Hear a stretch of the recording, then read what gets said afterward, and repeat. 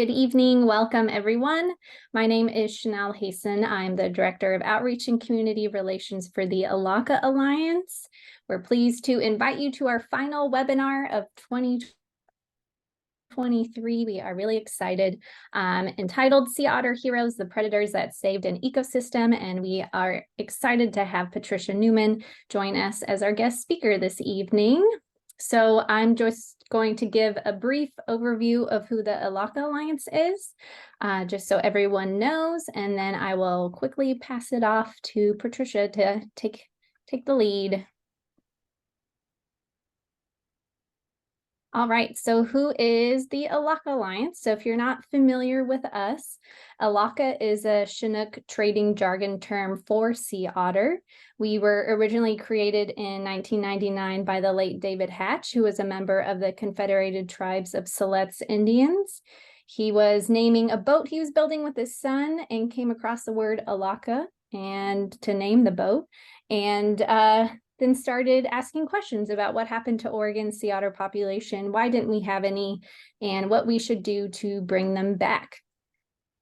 So we have an amazing board of directors you can see in the photograph on the right.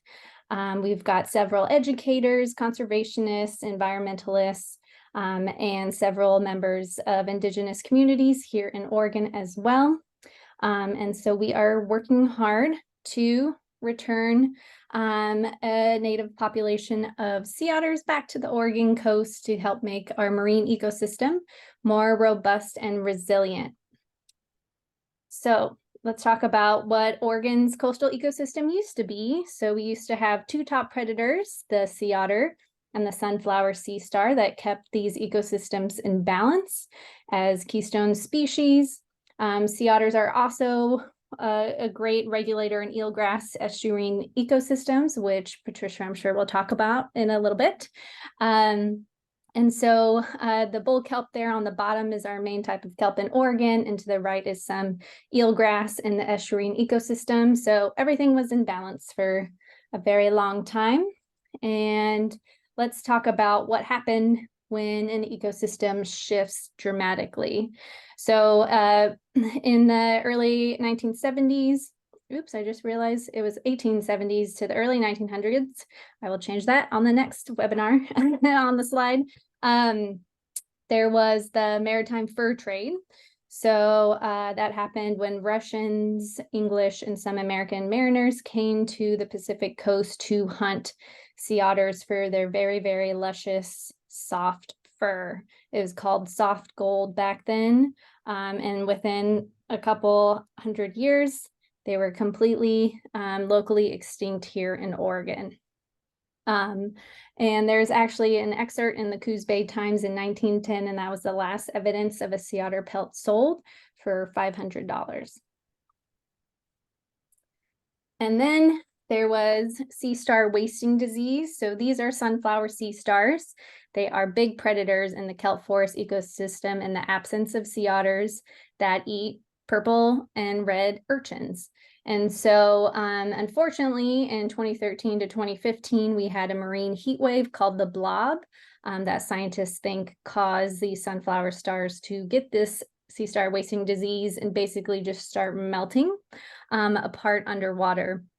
So about over 90% of that entire population was completely extinct and thus leaving the ecosystem without those predators. So sea urchins realize nothing's eating them when they come out of their crevices and nooks in the kelp forest ecosystem and just started repopulating and eating everything in sight. They had a whole buffet without any worry that they were going to get eaten. So it was kind of the worst case scenario. And they can also go into a zombie mode. So they can just totally shut down and still be alive for several years without eating. So they're like the worst animal to not have predators. So currently this is the status along much of the Pacific West Coast. And with sea otters, this is a picture in Monterey Bay. This is ultimately what we hope to accomplish over the next several decades in Oregon once we hopefully return sea otters back to the Oregon coast. So how you can help with our efforts, if you're interested, you can go to OregonSeaOtters.org. That will take you directly to our website. You can browse. We have lots of information if you want to learn more. You can follow us on our social media. The next slides has all our handles, and join our raft newsletter that goes out once a month. And then you can just spread the word, because a lot of people don't even know that we don't have sea otters in Oregon, and that is a problem. So word of mouth is very helpful. Here are our social media channels. We have a great source of information on our YouTube channel where this webinar will live for the future. And I said everything else. We're on Twitter, X, whatever you want to call it, Facebook, Instagram. So please take a look at that if you're interested. And so finally, we are here. Patricia Newman is the author of the Sibert Honor and Green Earth Book Award title, Sea Otter Heroes, The Predators That Saved an Ecosystem. She uses social and environmental injustice to empower her readers to seek connections to real world and to use their imaginations to act on behalf of their communities. As an award-winning author and environmentalist, Patricia will lead us tonight in a behind-the-scenes peek into a sea otter mystery that remained hidden until one scientist dared to think outside of the box. Find out about his discovery and how it impacts you tonight. And after her presentation, we will randomly pick a viewer tonight to win a free copy of her book, Sea Otter Heroes, that you can see pictured here. And she'll even send over a signed book plate for the winner too to put in the book. So if you have any questions, you can use the Q&A feature and we will get to them at the end of the talk. But Patricia will do some interactive questioning throughout the presentation. So please use the chat box to answer those questions and we will read them out. I think that's it. If you want to take over, Patricia. Okay, great. Well, thanks for having me here tonight, Chanel. Could I share my screen? Yes, go for it. Perfect. Okay. So I wanted to start with a little bit about me. I write about things that make me angry, that bother me. And I write about things that make me say, whoa, I didn't know that. And I write about science and how it intersects with all aspects of our lives. I write because I'm curious, really, and I'm actually writing for me, not you who's reading the books. I'm writing for me. And I like to share that curiosity and that questioning and that inquiry process with my readers, because I remember what it was like to be a curious kid. I especially loved making connections between what I read or what I studied in school and what was happening in the outside world. So across the top of this slide, you'll see 4 books that deal with water, the ocean, rivers. I have a new book coming out next fall. That's another ocean book. I seem to like the water. It's my happy place. But it all started with Plastic Ahoy. Way back in 2014, Plastic Ahoy will be 10 years old next year. I can't even believe it. Because I started writing that book because I saw an article in the Sacramento Bee, I live in Sacramento, about graduate student scientists who were the first ones to go to the North Pacific Central Gyre to study the plastic problem. And that came under the, whoa, I didn't know about this because I had no idea we had a plastic problem. So this was a great book for me, and it started me on my environmental journey. Next, I wrote Zoo Scientists to the Rescue, and sea otters came in there, and then Eavesdropping on Elephants came in there. But then I wrote Planet Ocean, again with Annie Crawley as the photographer. She was the photographer on Plastic Ahoy and Zoo Scientists to the Rescue. Annie is a diver and filmmaker that lives in Seattle. And Planet Ocean is our book that talks about our connections to the ocean. And we visit 3 ocean regions, the Coral Triangle in Indonesia, the Salish Sea up in the Pacific Northwest near you guys, and the Arctic. And even though these 3 areas are very different, we talk about how they're connected. And the fun part about this book is that we have QR codes in the book. I said that Annie was a filmmaker. Well, with each QR code, readers can dive under the water with her and sort of see the text and the photos brought to life. And then my most recent book is A River's Gifts, The Mighty Elwha River Reborn. You guys up in the Oregon area might have heard of the Elwha River and its two dams that really decimated the salmon fishery up there. Well, a few years ago, the dams came down and the ecosystem is beginning to bloom again. And A River's Gifts is about that whole story and our connection to that river. So here's a picture of my office, just so you can picture me at work. And because I use the panorama setting on my camera, my office looks a lot bigger than it really is. But unfortunately, it's no less messy. My office is a disaster area. Before we go on, though, I want to reiterate something that Chanel mentioned to you. I'm hoping we can be somewhat interactive here. I know we like to hide behind our Zoom screens, but I'm going to throw out a few questions here and there, and feel free to answer them in the chat. Chanel will help me keep up with it.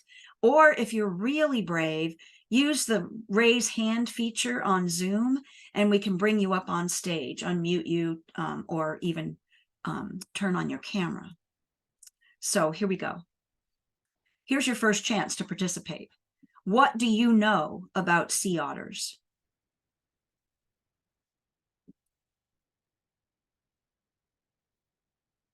Do I have anybody brave enough to type into the chat or to come up on stage and unmute themselves? She said a keystone species. Keystone species. Sorry if I mispronounced your name. I think it's Malia. Said they hold hands to prevent drifting apart. Ah, yes. Ray says marine animals. Suzanne, ecosystems engineer. Yep.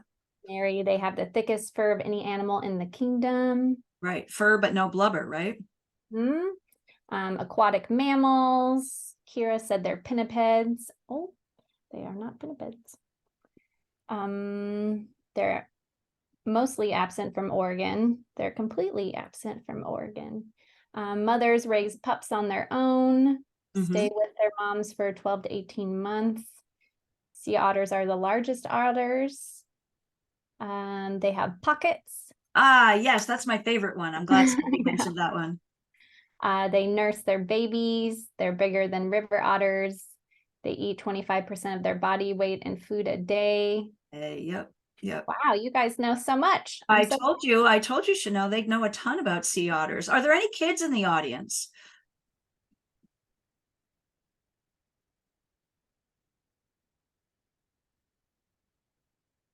Any children? We've got a senior in high school. Well, I don't want to insult a senior in high school by calling them a child, but thank you for being here.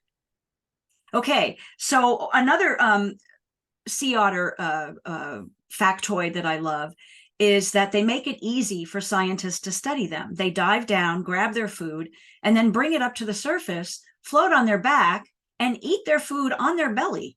So it makes it so easy for scientists to figure out what it is they're eating and how much they're eating. Okay, so when I wrote Sea Otter Heroes, I traveled to the Elkhorn Slough. That's where this story takes place.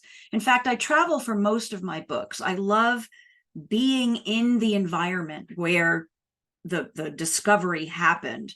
And this happened to be a 2-day trip. One day was on the water, which is what you see here. We're getting ready to board this luxury liner here that looks more like a bathtub than a boat. And then we were one day in the lab. And I went with my daughter, Elise, who some of you may know as the executive director for Oregon Shores, a partner organization with the Elakha Alliance. So it was a great mother-daughter trip. Elise worked for the San Diego Safari Park at the time, and she was mostly my photographer, but she also asked some great questions. But one of the funny stories, we got back off the water at night on the first day, and she said, "Mom, I don't think I got any good photos." And I said, "Why?" And she said, well, when we were in the boat, when the motor was on, it was vibrating so much that her autofocus wouldn't work on her camera, and even the manual focus wouldn't work. It was just hopeless. And then finally, the scientist, Brent Hughes, turned off the motor, and she's like, oh, now I can get some pictures because we're just sailing along, floating, floating, floating very calmly and quietly. Well, that's the time that Brent leaped up and almost jumped over the side of the boat to grab fistfuls of seagrass for us to show us what he was talking about. So the boat was rocking, rocking, rocking. So, but it turns out she got a lot of great photos, and many, many of them are in the book. So before we get to the meat of the Sea Otter Heroes presentation, I wanted to share how to get personalized copies of Sea Otter Heroes or any of my other books.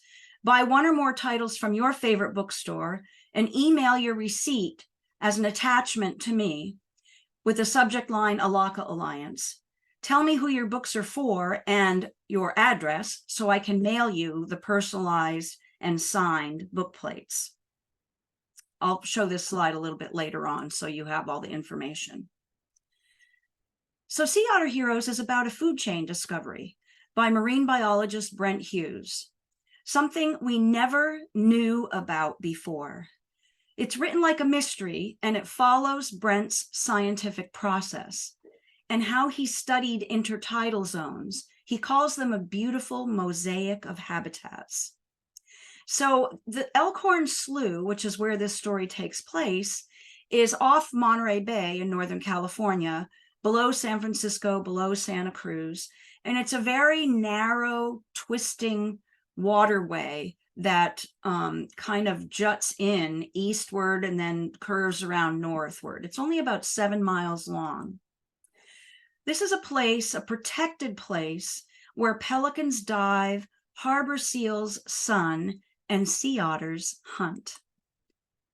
But the twisting slough borders the farms of Salinas Valley. I don't know if you've ever been to California, but you might know that the Salinas Valley is America's salad bowl. Millions of vegetables are grown there and sent all over our country. And Brent says that the Elkhorn Slough is one of the most nutrient polluted estuaries on the planet because of the fertilizer runoff. Now, you might find some parallels in Oregon to your estuaries, because I read that you were suffering from runoff into your estuaries as well as problems with dredging. So these are the two biggest villains for the health of your estuaries, right? In the Elkhorn Slough, the seagrass should be dead because of the excess fertilizer in the slough. The fertilizer makes algae grow, which suffocates seagrass. But the seagrass in the slough is healthy and lush and green. It looks just like this in this picture. Why? Well, as a children's author, I want to know why for sure. But the first question that I know kids are going to ask is, who cares? What is so great about seagrass? You know, it's a plant. I mean, it has no relationship to me, right? Well, wrong. In Sea Otter Heroes, Brent shows us how seagrass dampens waves to protect our coastlines, how it provides a nursery habitat for young fish that later become our food supply. It traps farmland sediments to keep the water clean, and it stores carbon to clean our air. So seagrass has a very distinct connection to us. So Brent decided to try to figure out why. And you're probably thinking, oh no, she's hitting me with a graph. But this is actually a really good picture for you. Brent came from a school of thought, a group of scientists that said plants or producers were responsible for the fate of the food chain. And the plants in the slough are the seagrasses. So what kinds of things affect plants? Well, weather is a big one, right? So Brent created this graph. He took El Nino events, a whole spreadsheet full of El Nino events. He graphed it from 1980 to about 2015. And this black line, up and down, up and down, up and down, shows the pattern of El Nino events over this time period. Okay, that's one piece of information. Then Brent superimposed seagrass abundance over top of the El Nino events. Here's the seagrass axis, and this red line measures seagrass abundance. Okay, I don't see any relationship between those two lines. Third graders don't see any relationship between those two lines. So Brent had to go back to the drawing board. Weather was not a factor. He tried everything he knew and still could not say why seagrass was so healthy. He looked at temperature, he looked at salinity, he looked at a number of different factors. And then a volunteer that he worked with suggested he look at sea otters. There was a tour boat captain that ran tours in the Elkhorn Slough and had been doing so for the last 20 odd years. And every time you boarded this tour captain's boat, he gave you a counter, a clicker. And he said to each passenger, you count sea otters, and you count pelicans, and you count jellies, and you count seals, and on and on and on. And at the end of every tour, he collected the numbers of the various species that his passengers counted. So Brent scoffed at this whole idea that sea otters could be responsible for healthy seagrass, because after all, again, he came from the school of thought that said plants determine the health of the ecosystem, not apex predators. But you know what? He was out of options. He was getting desperate. So guess what? He went to talk to the captain, and it's a good thing that he did. The captain had notebooks in his office filled with 20 years of cruises. This is an example of one of his data sheets. And Brent made a spreadsheet of all of this data, but nobody likes to look at a bunch of numbers. So a graph is much easier to understand. So here we have the same time period again, 1980 to about 2015. We have seagrass over here on the right axis with this same red line from the other graph. But on the left axis, we have sea otters. And he is graphing the number of sea otters over time. Now look at this graph. There are some distinct similarities in the rise and fall of seagrass abundance and the number of sea otters. Even third graders see this correlation. So Brent designed 2 experiments to figure out if sea otters affected the health of seagrass. He couldn't just rely on this anecdotal data. He's a scientist, right? The experiments are explained in detail in Sea Otter Heroes, but I'll give you a brief overview here. Since fieldwork is so expensive, marine biologists usually start in their labs with mesocosms, which is a slough in a bucket. Okay, each bucket is a mini slough. But before Brent could figure out what to put in the buckets, he had to understand the food chain. So he had a basic idea of how the food chain works, but no proof yet. He knew algae was a factor. He had seagrass, of course. He had sea otters. And then he had crabs. And then he had these little sea slugs called sea hares. Would anyone like to come up on stage or type in the chat how this food chain works? What eats what in this food chain? Let's put it in order with these 5 culprits. We have sea otters, we have seagrass, we have sea hares, those slugs, we have crabs, and we have algae. In what order should that food chain be? Do we have any takers, Chanel? Not yet. They're probably writing it out.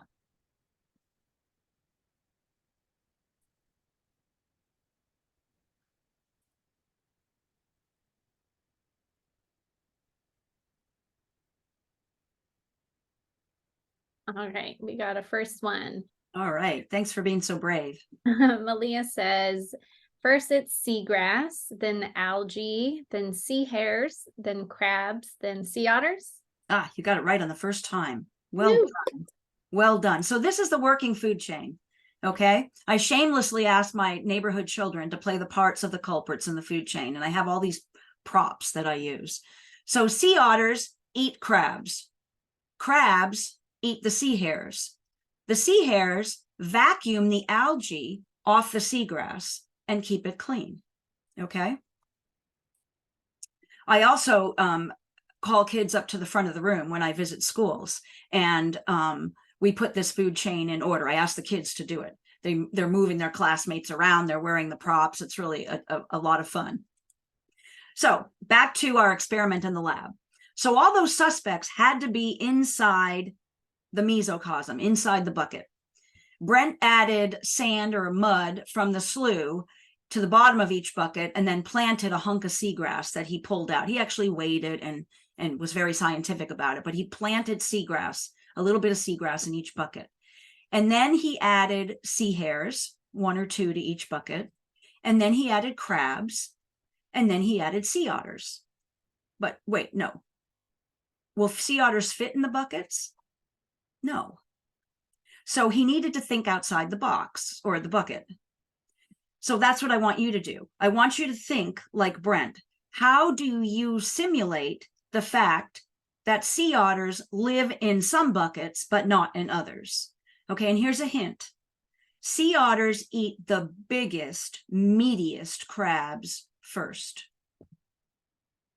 So how do you think Brent simulated sea otters in his mesocosms? This is a hard one. All right, I'm ready. Yep. One answer.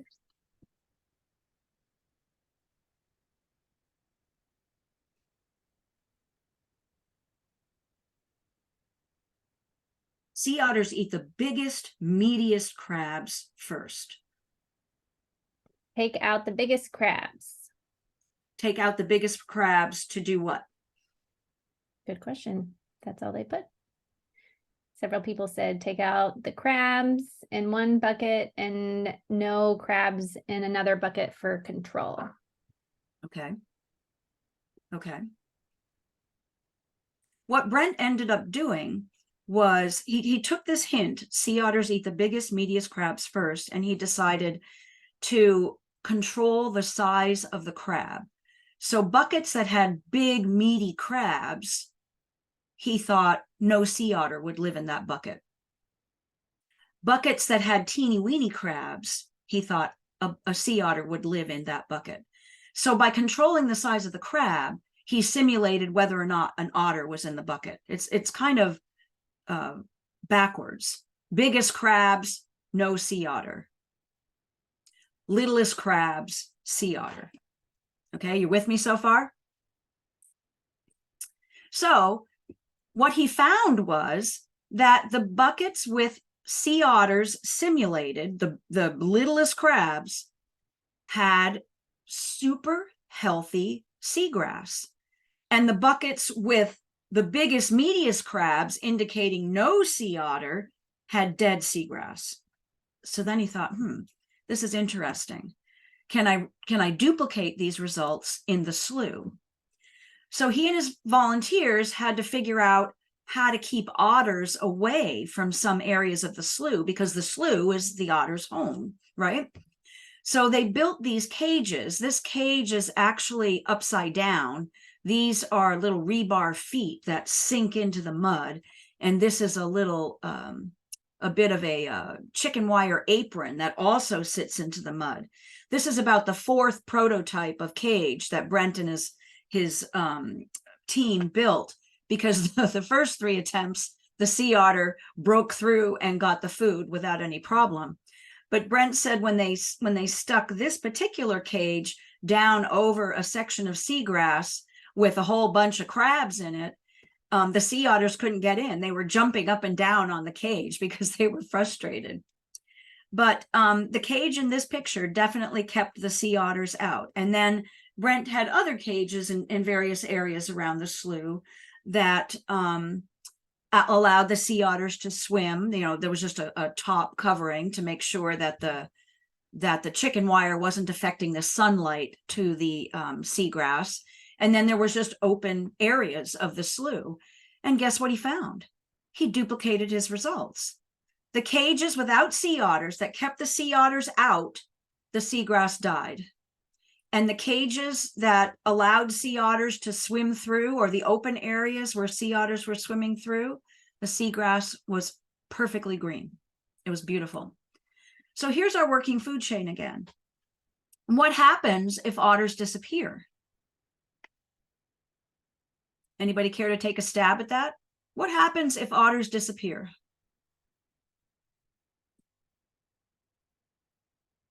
That's a good question. Let's see. Big crabs take over and there's no seagrass. Big crabs take over and there's no seagrass. Yes. But essentially what happens is we have a population explosion of crabs because there's no predator checking them, right? And with all of these crabs, there are munching on sea hares. There are no sea hares left to vacuum grass off the seagrass, to vacuum algae off the seagrass, and the seagrass dies, it suffocates.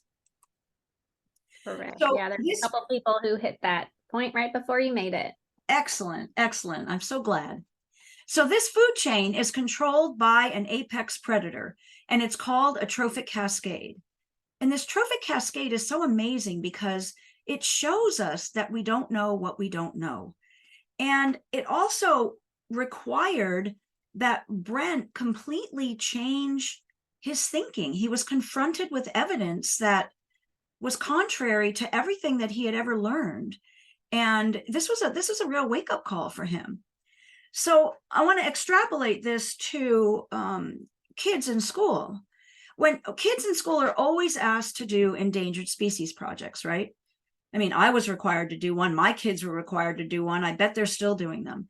But usually what happens is we're asking children to describe the animal and tell us where it lives and tell us what it eats and, tell us some of its habits. But we're not getting to the meat of it. We're not saying, what role does this animal play in the food chain? So that is how we can help kids, in my opinion, understand animals and their relationships to their ecosystems and their relationships to us. And also, a book like this opens up discussions, even at the high school level, for our high school senior who's out there, about the importance of the Endangered Species Act. What exactly is the Endangered Species Act doing, and what happens when our politicians try to gut it? So reading Sea Otter Heroes and my other books helps kids establish these connections to nature, which I think are so important, because once we're connected, then we care. We all play a role in nature and in those complex environmental processes. We just have to understand what our role is. One of the reasons I think this book has been so popular is because it chronicles a present day discovery. The people I write about are alive. They're alive and they're well and they're doing science and they're helping our Earth. Something we didn't know. This story also shows how failure did not dampen Brent's need to find an answer to the seagrass mystery. He keeps plugging even in light of failure. And his deep thinking and his change of heart and a real desire to understand what affected the health of seagrass in Elkhorn Slough led to an answer. So can you name any other trophic cascades?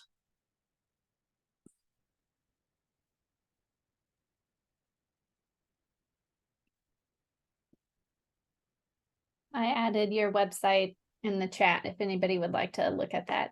Oh, perfect. Thank you. Your presentation, but we'll wait for some answers. Anybody else know any other trophic cascades? Yeah, Betsy says the wolves in Yellowstone. Yes, you got it. Good. Excellent. Scientists also think that whales might be at the top of a trophic cascade with their plumes and as they die. But I don't know that that's necessarily been explained quite in the same way that sea otters or wolves have been explained. Mm-hmm. So just a little bit of history going backwards here. In 1984, sea otters first swam into the Elkhorn Slough. We don't know why precisely, but scientists suspect that the slough was a safe place to raise pups and avoid the sharp teeth of great white sharks and killer whales. In the open ocean, diving, cracking shells, and the constant struggle to stay warm uses a lot of energy. So it's probably easier for the sea otters to thrive and find food in the shallow slough. More than half of the wild sea otters at Elkhorn Slough today are there because of the Monterey Bay Aquarium's Sea Otter surrogate program. And I saw a 2022 article in which the U.S. Fish and Wildlife says it's feasible to move sea otters up the Northern California coast to Oregon, which is really very exciting. So here's all you have to do, Oregon. Here's your recipe for success. Get your sea otters from California and get the Oregon Coast Aquarium to start a sea otter rescue program and repopulate, rescue, and provide surrogate pups into your estuaries. Again, how do you get a personalized copy of Sea Otter Heroes? Buy one or more of my titles from your bookstore and email your receipt to me using the subject line Elakha Alliance. Tell me who your books are for and the mailing address I need to use to send the personalized and signed bookmarks or book plates back to you. So, are there any questions?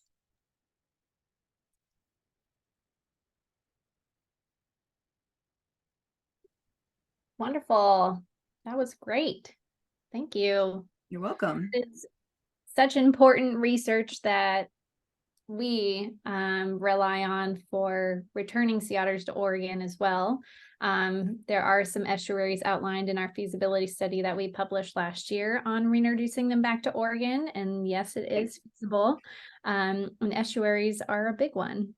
So thanks, Brent, for his work on that. So does anybody have any questions or comments? Let's see. Jeff said a year and a half ago, a lone sea otter visited Yaquina Head. I remember that, likely from Washington. Per Jane Beccari, our executive director for Elakha Alliance, her interview on OPB. That is correct. There was a lone male just hanging out off of Yaquina Head Lighthouse for like almost 3 weeks, 2 to 3 weeks. And unfortunately, he washed ashore there with some puncture wounds, and the Oregon Coast Aquarium took him in, did some surgeries. Unfortunately, he did not make it. It was considered a shark bite wound that he passed away from.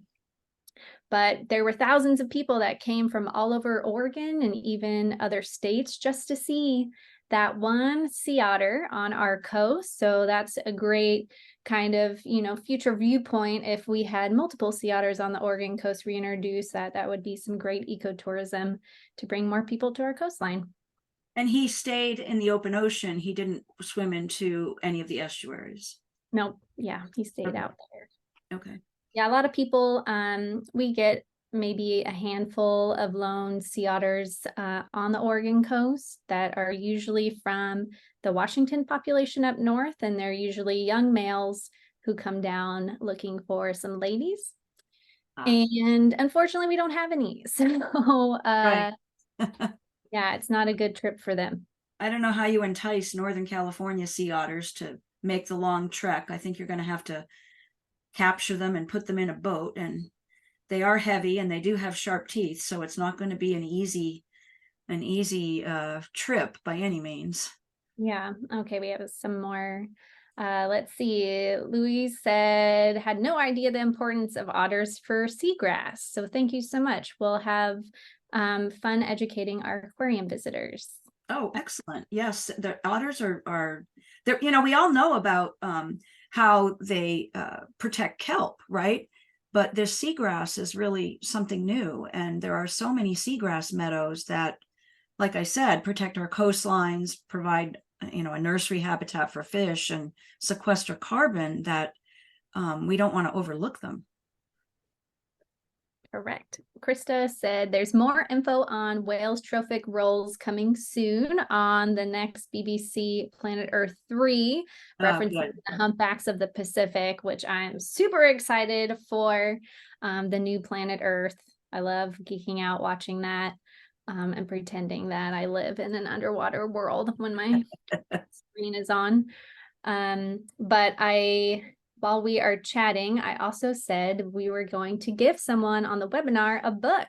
Do you remember that? Right. So I put everyone's name in a random name picker generator while Patricia was talking. So pardon me, Patricia, for doing that while you were chatting. But it came to, drum roll please, Malia Miller. Woohoo! And I have a screenshot of the wheels spinning and everything that it picked, if you don't believe me.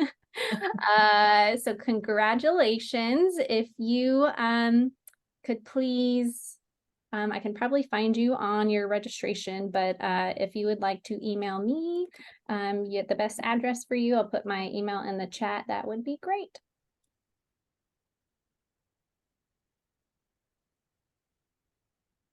Do we have any more questions or comments? Did everyone learn something new tonight? Hope so.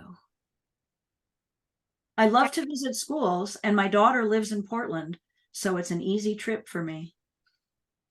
Wonderful. Kathy said, connecting kids to the environment is so important. It helps them grow into good voters who vote for things that we care about. Exactly. Love it. Malia said, I did. This was the best webinar ever. Woohoo. Thank you. Malia, let me know who you would like your book signed to. Maybe you could email that information to Chanel. Jeff said, how many participants? We had at most 37 tonight. Let's see. We had over 100 registered though, right? I know, it's always. Yeah, usually there's about a third that come. But a lot of people often have conflicts and they're happy to register because I'll send them the recording link later. Right. Kathy said, can you give us a hint for what your next book is about, Patricia? Oh yeah, I'd love to. It's called Giant Rays of Hope, and it's about giant manta rays off the coast of Peru and a woman who is using them as a flagship species to help change the sustainability practices of fishermen along the Peruvian coast. It's an amazing story. I can't wait for you to read it. Have you seen a manta ray before? I have not, only in pictures. I haven't either. It's on my bucket list. Has anybody, any scuba divers out there that have swum with manta rays?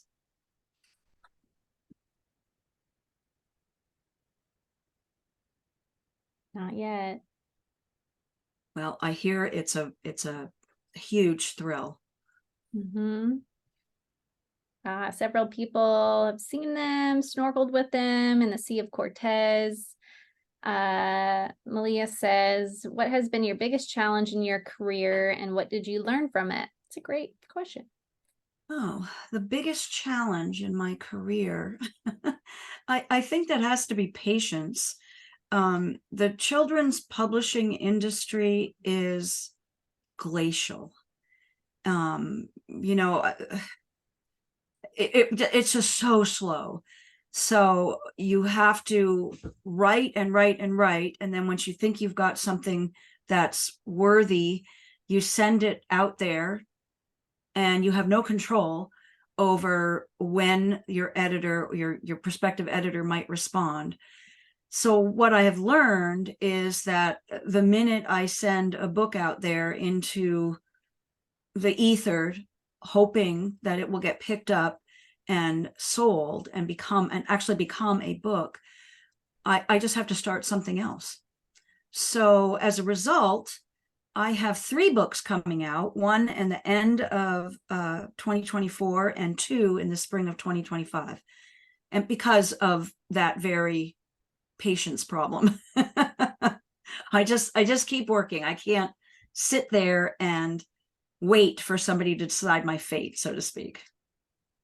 Well, congrats. That's amazing. Thank you. Thank you. Any more questions?